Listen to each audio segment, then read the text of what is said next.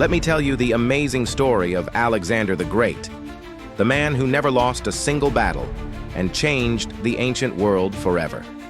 He was born in 356 BCE in Macedonia, a small kingdom in northern Greece.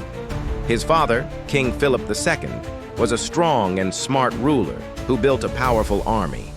His mother, Olympias, told Alexander that he was special and even claimed that he was the son of Zeus, the king of the gods. Even as a child, Alexander showed he was different. One day, a wild horse named Bucephalus was brought to his father. The horse was so wild that no one could ride it. But Alexander noticed something. The horse was afraid of its shadow. He turned the horse toward the sun and rode it with ease. His father, impressed, told him, "My boy, you must find a kingdom big enough for your ambitions. Macedonia will not be enough for you." Bucephalus became Alexander's favorite horse and went with him into every battle. Alexander also loved learning. His tutor was the great philosopher Aristotle, who taught him about science, art, and leadership. Alexander was curious and smart, and his education shaped him into a great leader. When Alexander was 20 years old, his father was killed, and Alexander became king of Macedonia. Most young kings might struggle, but not Alexander. He quickly took control, united the Greek city-states, and became their leader. But Alexander had bigger dreams. He wanted to conquer the Persian Empire, the largest empire in the world at the time. Alexander's first big challenge came at the Battle of the Granicus River. The Persian army was much larger, but Alexander used smart tactics and fought bravely at the front of his army. He won the battle, and this victory showed that Alexander was a leader to be feared. After this, Alexander kept winning battles. One of the most famous was the Battle of Gaugamela, where he faced the Persian king, Darius III. Darius's army was twice as big as Alexander's, but Alexander used clever plans to win. After this battle, Darius fled, and Alexander became the ruler of the Persian Empire.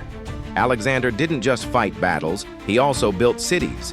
He founded more than 70 cities, and many of them were named Alexandria after himself. The most famous Alexandria in Egypt became a center of learning and culture. Alexander also respected the people he conquered. In Persia, he wore their traditional clothing and encouraged his soldiers to marry Persian women, including his own marriage to a Persian princess named Roxana. Alexander wanted to keep going, so he marched into India. There, he faced King Porus, who used war elephants in battle. At the Battle of Hydaspes, Alexander defeated Porus, but it was a tough fight. Alexander was so impressed by Porus's bravery that he let him keep his kingdom. By this time, Alexander's army was tired. His soldiers had been marching and fighting for years, and they wanted to go home. Alexander finally agreed and began leading them back to Macedonia. On the way, they faced many hardships, including heat, hunger, and sickness. In 323 BCE, Alexander returned to the city of Babylon. He started planning his next conquest. He wanted to take over Arabia. But suddenly, Alexander became very sick. Some people think he was poisoned, while others believe he caught a disease like malaria. After a few days, he died at just 32 years old. After Alexander's death, his empire fell into chaos. He didn't leave a clear heir, so his generals fought over his lands. This led to the empire being split into smaller kingdoms. Even though his empire didn't last, Alexander's impact was huge.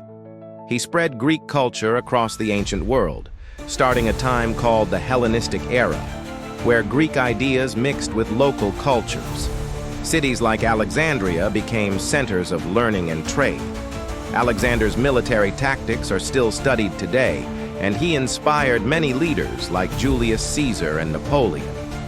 Alexander wasn't just a conqueror. He was a visionary who dreamed of uniting people from different cultures.